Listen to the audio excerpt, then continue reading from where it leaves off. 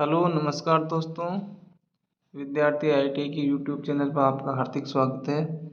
आज अपन वो 500 most important question करेंगे जो कि आईटी वालों के लिए बहुत ही रामबाण सिद्ध होंगे, क्योंकि अगर आपने ये 500 क्वेश्चन लगभग पढ़ लिए 2 से 3 बार तो आपके फिर समस्या नहीं आएगी, आप आराम से एग्ज़ाम क्रैक कर सकते हो। क्योंकि जुलाई में लगभग टेंटेटिव डेट आ गई है आपकी एग्ज़ाम की।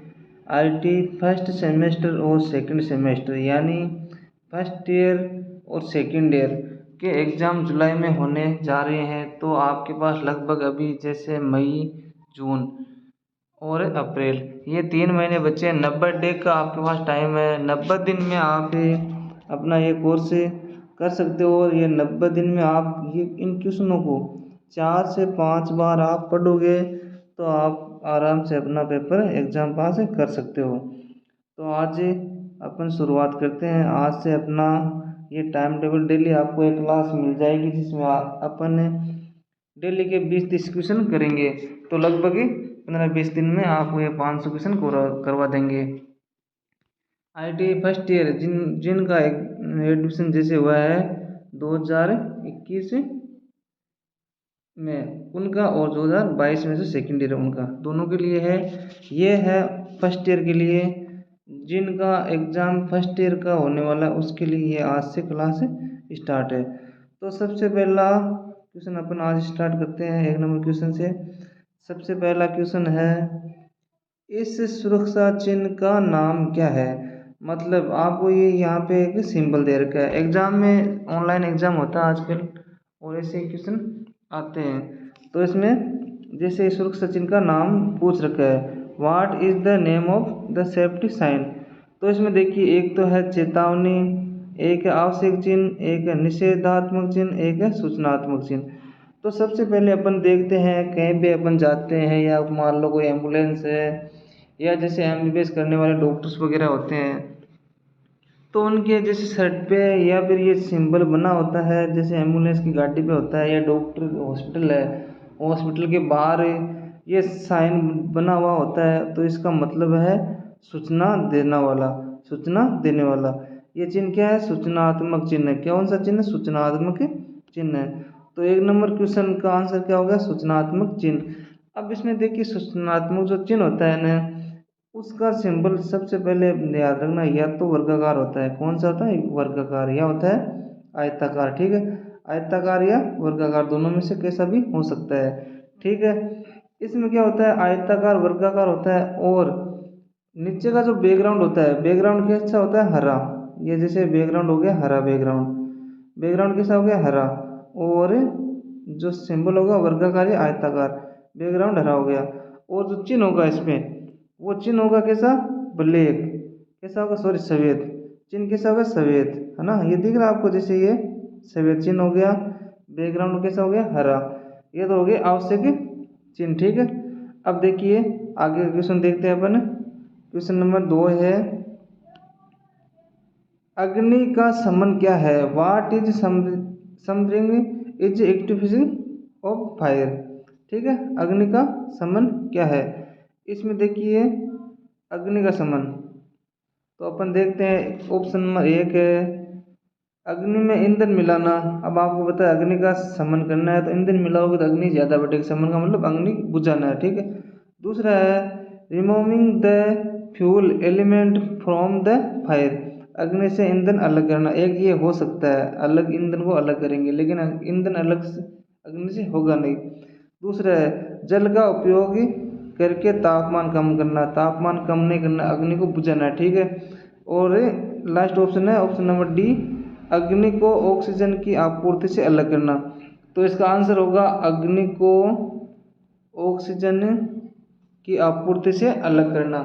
जैसे अग्नि है, मान लो अग्नि 3 चीज़ से लगती है, या ऑक्सीजन मिलेगी, आपको पता है आग तो जलेगी, ईंधन मिलेगा तो जलेगी ना। तो अगर ऑक्सीजन ऑक्सीजन मतलब पर्यावरण, अगर जैसे आपने रजाई या फिर कंबल उड़ा के ढक दे कंबल से आपको तो अग्नि बुझ जाएगी, क्योंकि ऑक्सीजन की आपूर्ति उसकी बंद हो जाएगी। तो ऑक्सीजन की आपूर्ति बंद करके आप अपन है ना आग को बुझा सकते हैं, अग्नि का शमन कर सकते हैं। ठीक है, तो इसका ऑप्शन नंबर डी हो गया। ठीक है, अग्नि का ऑक्सीजन की आपूर्ति से अलग करना। आगे वाला क्वेश्चन है, निम्न में से भौतिक हानि कौन सी है। अब इसमें कौन सी क्या पूछा है, भौतिक हानि। विच इज द फिजिक्स हर्ज। ठीक है, भौतिक हानि कौन सी है। देखो, धूम्रपान करना भौतिक हानि नहीं है, जैसे शरण करना, रेडियो सक्रियता। अब जैसे धूम्रपान अपन खुद करते हैं तो भौतिक हानि कैसे हो गई, ये तो मान हानि हो गई, मानवीय हानि के दौरान मानवीय त्रुटि है। खुद अपन सिगरेट पियेंगे, धूम्रपान करेंगे तो ये अपनी हानि हो गई। अब जैसे कोई चीज़ को शरण करना मतलब किसी चीज़ को जलाना या नष्ट करना, या रेडियो सक्रियता, रेडियो सक्रियता मतलब जैसे रेडियो किरणें की तरह नुकसान होना, कि जैसे नुकसान होना। ठीक है, लेकिन कंपन, वाइब्रेट, वाइब्रेट क्या है कि भौतिक हानि है, क्यों, ये प्राकृतिक आपदा है। कौन सी है, प्राकृतिक आपदा है। तो इसमें क्या हो गया, वाइब्रेशन या कंपन, ये क्या है, ये कि भौतिक हानि है। आगे वाला क्वेश्चन है क्वेश्चन नंबर 4, निम्न में से अग्निरोधक को उपयोग करने का सही क्रम क्या है।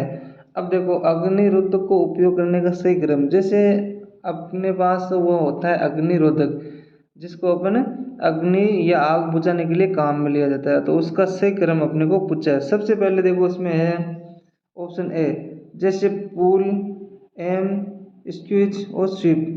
इसमें देखो ऑप्शन नंबर ए सही है, मतलब खींचना, खींचने के बाद निशाना लगाना, निशाना लगाने के बाद में दबाना और घुमाना।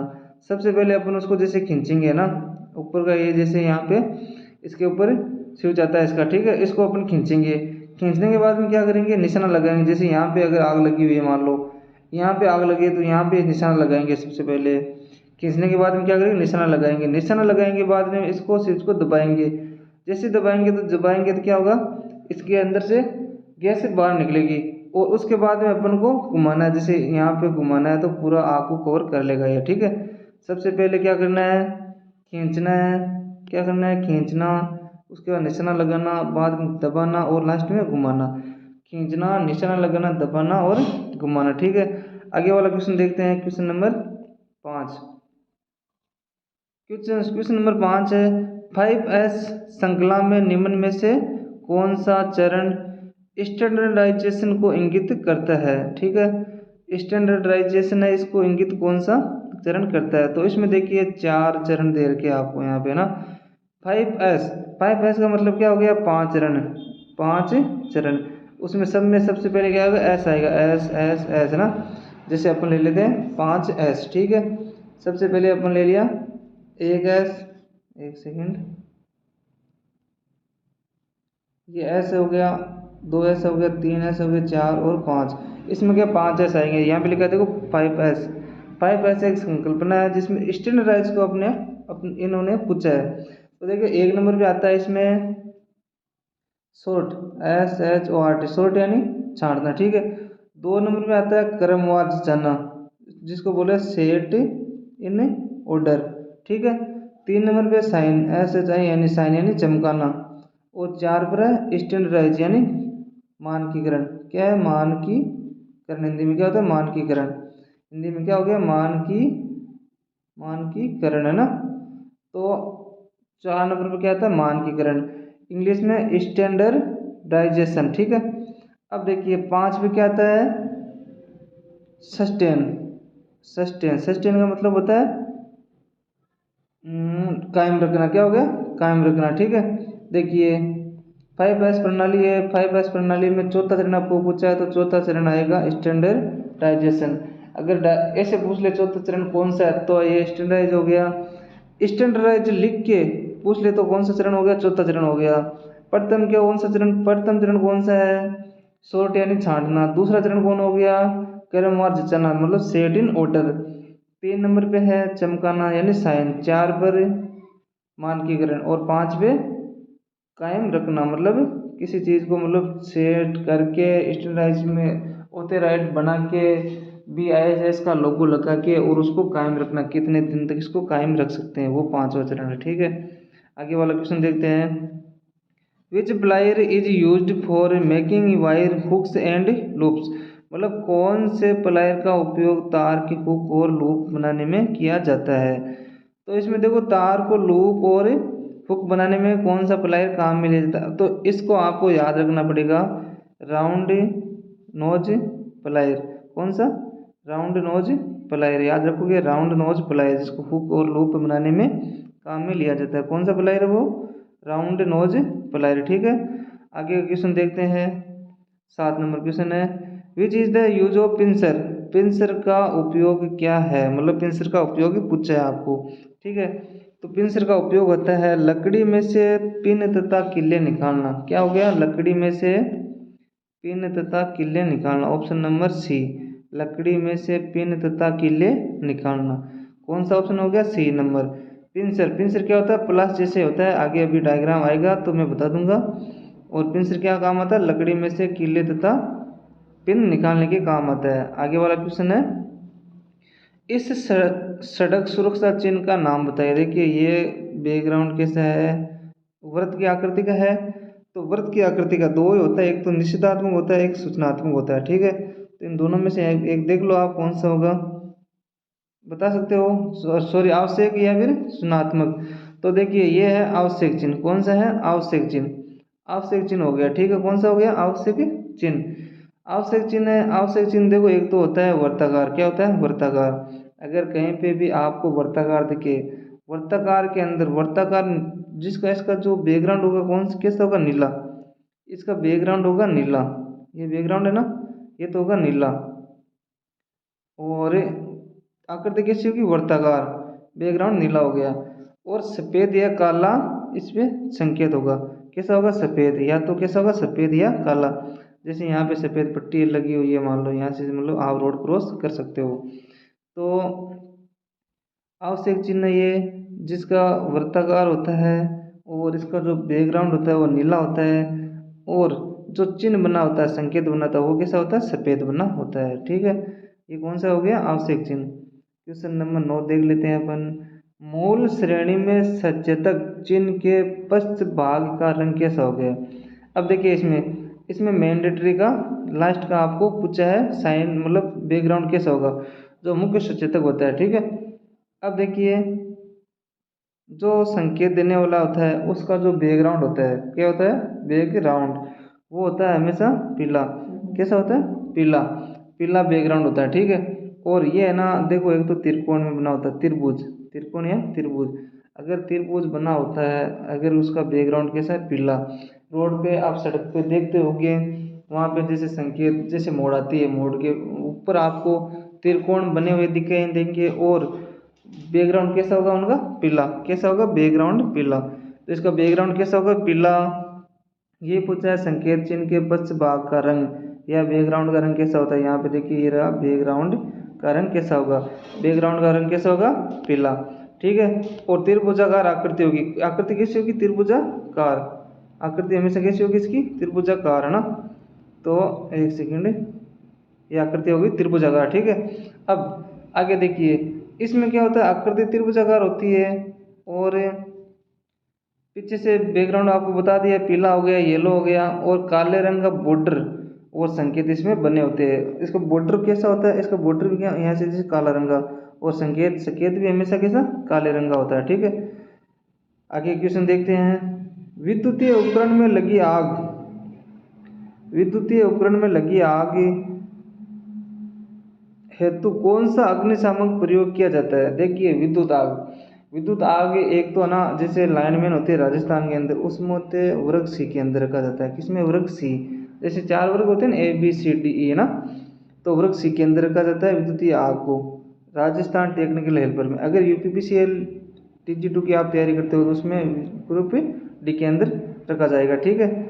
अब देखिए इसमें एक सेकेंड, अब देखिए इसमें है ना, मतलब विद्युतीय आग की का कौन सा अग्निशामक प्रयोग किया जाता है। आग लग जाती है विद्युत की, तो कौन सा अग्निशामक इसमें प्रयोग किया जाएगा। तो इसमें प्रयोग किया जाएगा हेलोन टाइप। कौन सा? Halon type.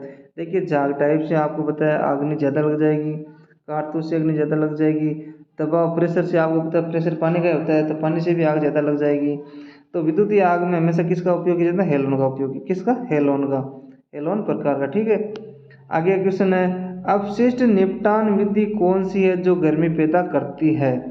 अब देखिए इसमें पूछा है अपशिष्ट मतलब विधि कौन सी है जिसमें जो गर्मी पैदा करती है ना, तो गर्मी पैदा करती है। देखिए इसमें एक तो क्या होता है, ये देखिए एक सेकेंड, देखो गर्मी पैदा करता है तो सबसे पहले करेंगे, देखो पुनर्चक्रण गर्मी पैदा नहीं करता है। जैसे रिसाइकलिंग, रिसाइकलिंग आपको पता है गर्मी पैदा नहीं करेगी। जैसे किसी चीज़ को गला के या फिर कुछ दूसरी नई चीज़ बनाना, रिसाइकलिंग हो गया, ठीक है। एक है खाद डालना, खाद डालने से क्या गर्मी पैदा होगी। एक है भस्मीकरण, एक हो गया अपशिष्ट संघनन। कौन सा? अपशिष्ट संघनन, है ना। तो इसमें देखिए अब जैसे भस्मीकरण है, भस्मीकरण में आपको पता है गर्मी पैदा करती है। जैसे भस्मीकरण कैसे बोलते हैं, जैसे आग लगा दी, आप पता है आग लगा के उसको किसी को अपशिष्ट को जला दिया, यहाँ पे देखो अपशिष्ट निपटान, है ना। अगर आग जलाकर अपन निपटान करेंगे कचरे पात्र का, अपशिष्ट का, तो आपको पता है गर्मी पैदा होगी। पुनर्चक्र साइकिल, रिसाइकिल में गर्मी पैदा नहीं होती, खाद डालने में गर्मी पैदा नहीं होती, अपशिष्ट संग्रहण मतलब गाड़ने में, खड्डा खोद के, उसमें भी गर्मी पैदा नहीं होती है। गर्मी पैदा कब होगी? भस्मीकरण में क्या होगी? गर्मी पैदा होगी, ठीक है। आगे का क्वेश्चन दिखाते हैं आपको। आगे वाला क्वेश्चन है धुएं से सुरक्षा के लिए किस व्यक्तिगत सुरक्षा उपकरण या पीपीई का उपयोग किया जाता है। देखिए इसमें पीपीई नाम है, पीपीई है ना, इसकी फुल फॉर्म होती है पर्सनल प्रोटेक्टिव इक्विपमेंट। क्या होती है? Personal protective equipment. ये बहुत ज़्यादा फुल फॉर्म पूछी जाती है एग्जाम में, ठीक है, याद रखना, पर्सनल प्रोटेक्टिव इक्विपमेंट, ठीक है। देखिए धुएं से सुरक्षा के लिए किस व्यक्तिगत सुरक्षा उपकरण का पीपीई का उपयोग किया जाता है, ठीक है। तो आपको पता है धुएं से सुरक्षा के लिए आपको पता है अंदर जाता है धुआं, नॉइज की तरह, या नॉइज की मतलब नाक या फिर मुंह के थ्रू अंदर जाता है ना। तो आप जैसे नाक के कवच, क्या क्या ऑप्शन आएगा? नाक के कवच। बिल्कुल इजी क्वेश्चन आते हैं, आप आराम से कर सकते हो, कोई दिक्कत नहीं है। थोड़ा सा आप एक बार दो बार पढ़ोगे, और मैं तो यहाँ तक कहूँगा कि आप बुक ला के पढ़े, इन 500 क्वेश्चन के अलावा भी पढ़े, अच्छे परसेंटेज बनेंगे। क्योंकि बाई चांस अगर क्वेश्चन नहीं आए तो क्या करोगे, आपके पास ऑप्शन होना चाहिए, ठीक है। तो इसमें सुरक्षा उपकरण के लिए धुएं से सुरक्षा किसके लिए करेंगे? नाक कवच। क्या? नाक कवच, नॉइज मास्क, ठीक है। क्वेश्चन नंबर आगे का देखते हैं अपन, 13 नंबर क्वेश्चन, ठीक है। 13 नंबर क्वेश्चन है BIS का फुल फॉर्म क्या है, ठीक है, पूरा नाम। What is the full form of BIS? तो इसका फुल फॉर्म होता है bureau of Indian standard, bureau of Indian standard.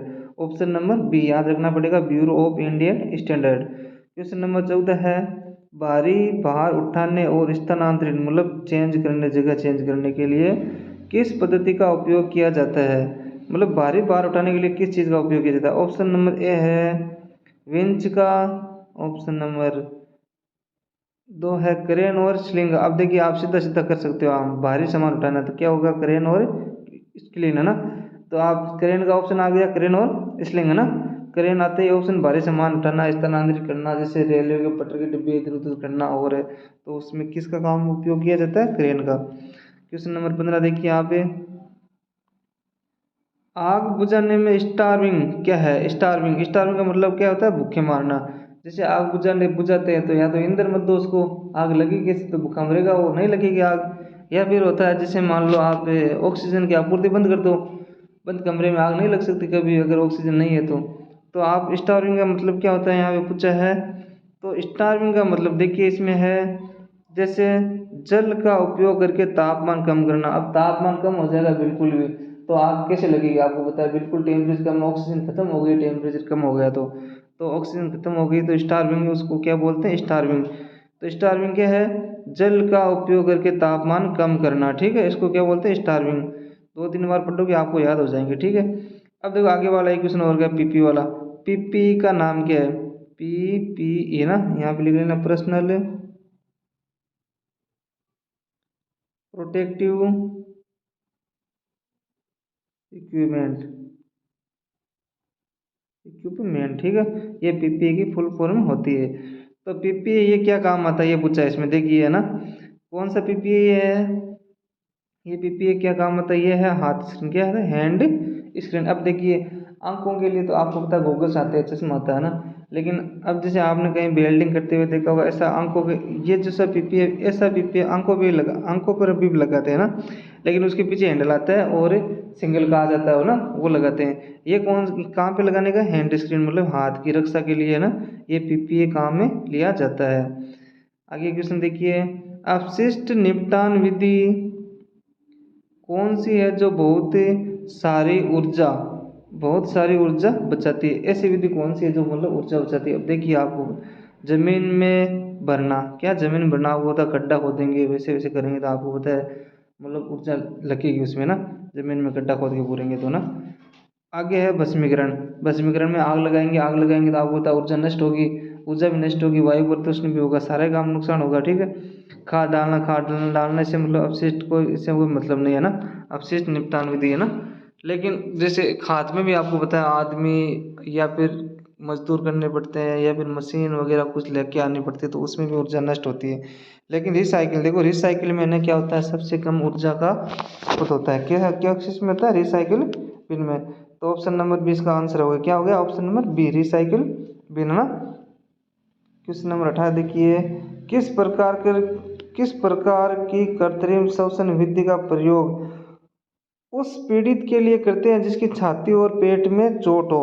अब देखिए छाती और पेट में अगर चोट हो तो देखिए सबसे पहले विधि शेपर विधि, दूसरी है मुंह से मुंह विधि, तीसरी है मुंह से नाक विधि, और ऑप्शन नंबर 4 है नेल्सन की भुजा ऊपर पीछे दबाव विधि। अब देखिए अगर आपको लाइट से झटका आया है, करंट लगा है, तो ये तीनों ऊपर की विधि क्या उपयोग में लेंगे ना।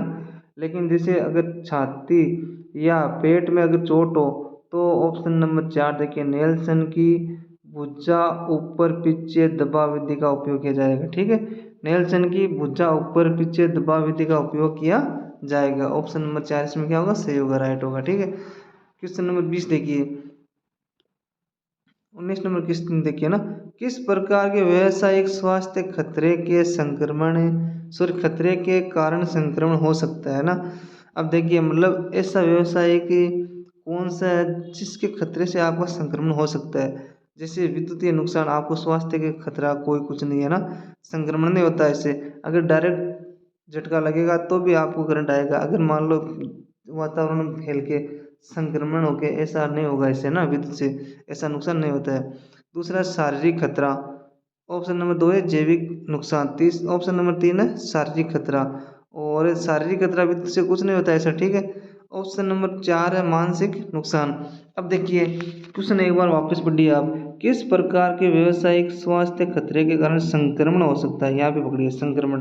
अब आपको पता है जैसे कोरोना है, कोरोना में एक संक्रमण बीमारी थी, जैसे एक व्यक्ति के लग गया दूसरे के मतलब लग जाएगा, उससे तीसरे के चौथे के पांच कड़ी बना लेगा। ये ऐसा कौन सा रोग है? तो ये है रोग है जैविक। कौन सा है? जैविक नुकसान।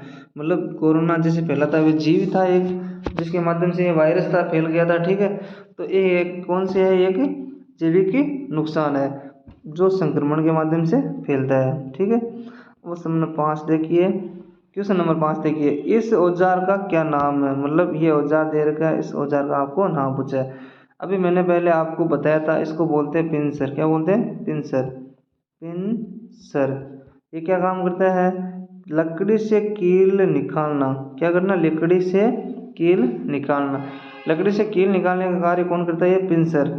ठीक है दोस्तों, आज अपन इतने ही 20 क्वेश्चन ही करेंगे, और आगे के क्वेश्चन अब आगे वाले पार्ट में करेंगे, और मैं आपको डेली के 20-30 क्वेश्चन करवा के 500 क्वेश्चन करवा दूंगा, जिसको आप 1 से 2 बार देख लेना। इसकी PDF आपको मैं लास्ट वीडियो में डाल दूंगा, वहाँ से डाउनलोड कर लेना।